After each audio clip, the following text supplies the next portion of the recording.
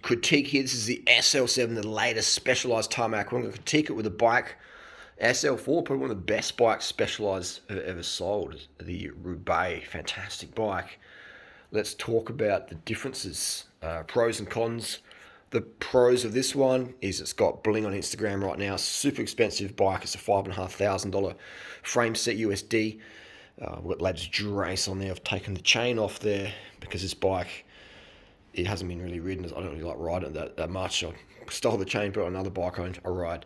It's done about 80 Ks. That's the pros. It's the S-Works bling. The pros, the cons. Let's start the cons. That's the only pro I can think of. The cons now, the hydro lines will get some wear and tear in there. You can see they start to this design is very, very, I'll call it dangerous because it'll wear into your cables. So you've got to replace your brake cables every now and then. You can sort of see there that the hydro line is getting sort of cut into. So you want to be really careful with that. Obviously it's going to be fine up there because it's not going to get any wear, but around here, that's where it's going to wear in there, can cause a brake failure. All right, so you want to check that regularly, which is a bit of a pain in the bum because, it's just, it should never go. This is the stupidest design ever. It doesn't matter what brand, Specialized, Giant, Cervelo. Cables that go through a head tube is just stupid. You've got to drill a hole in the fork, that's less strength, and you've got to deal with the wear issues around here. Stupid. Have cables going out.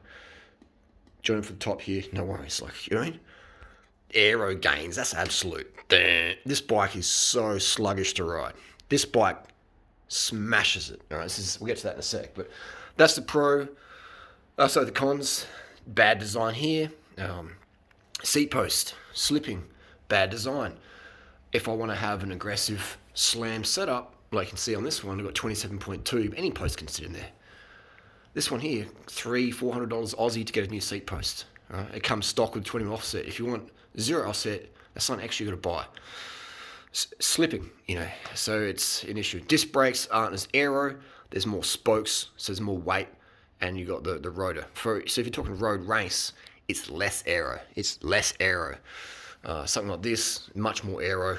Look how minimal just that spot around there is.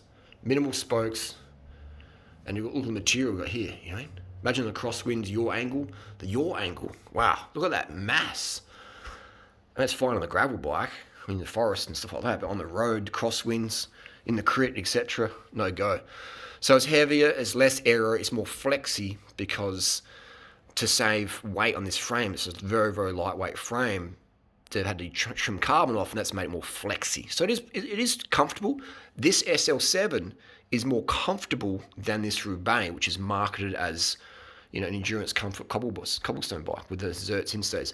This is more rigid. This has got a stiffer bottom bracket. It's got better front end torsional. This feels way more racy. This feels cruisy. This feels like an endurance bike. This one feels like a race bike, even though the stack height is more on the Roubaix. Stack height meaning the head tube height from the top of the headset bearing down to your axle. This has got a bit of a lower stack height Tarmac. But yeah, so pros of this one. Actually, no, pro as well. This got a BSA bottom bracket in there. Right? BSA, which is great. You know what I mean? Specialized. You did great. And then you stuffed up with this stupid seat post design that slips. You stuffed it up with this stupid cables that go inside the frame. It's just dumb. And you stuffed it up with disc-only options. So this bike is doing great, but it's got BB30, which is like hit and miss. But yeah, they've got 27.2 with the standard clamp. Just easy to use. Easy to work on. I can flip and strip this frame in less than an hour, pretty much. This one, it took me 30 minutes sticking around with this today. It's crazy. We're going to pull this fork out. We're going to put a rim brake fork on this and put a rim brake on front to try and save some weight. We'll have to change out the shifter as well, put a rim brake shifter on there. Try and save some weight in this thing, make it actually sort of raceable. But yeah, this as is without pedals, 6.66 kilos. This one without pedals and a chain, 7.1 and a half. So 400-500 grams more. And this, pick one of these up for $1,000 to $2,000 Aussie dollar in mint condition.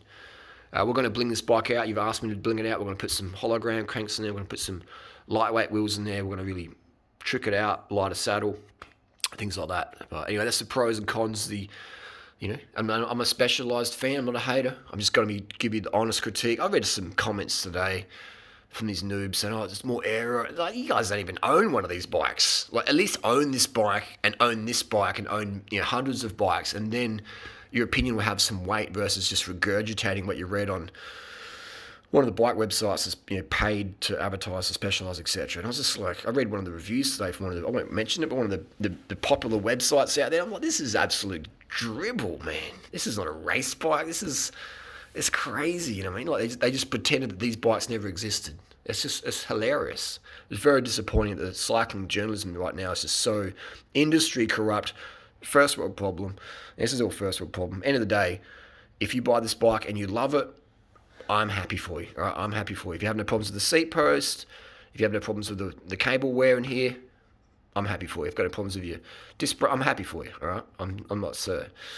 I just want to see you out there having a good time on bikes, and bikes like this, they're just easy to work on. Mechanics prefer them, home mechanics as well. Anyway, that's the rant and rave. This is the first and last video ever of the SL7.